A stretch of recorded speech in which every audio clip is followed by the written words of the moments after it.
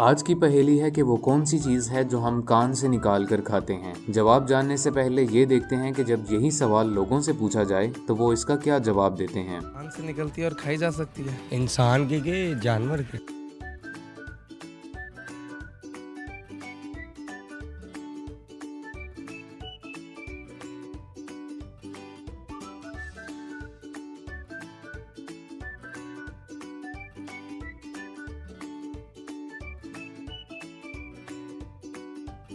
मैल कान से मैल ही निकलती फिलहाल, पता नहीं, जहन में नहीं आ रही यार मुझे भी। ये तो नहीं पता केड़ी शय होने थे। नहीं मुझे नहीं आ रहा, ज़हन में नहीं आ रहा, मैं I don't know. I am sorry. नहीं है, नहीं याद नहीं है। इस सवाल का सही जवाब है नमक। जी हाँ, जिस तरह कोयले की कान से कोयला निकाला जाता है, इसी तरह नमक की कान से नमक निकाला जाता है। और क्या आप जानते हैं आपकी माँ के भाई का बहनोई आपका क्या लगा? अगर आप जवाब जानते हैं तो कमेंट सेक्शन में टाइप करें।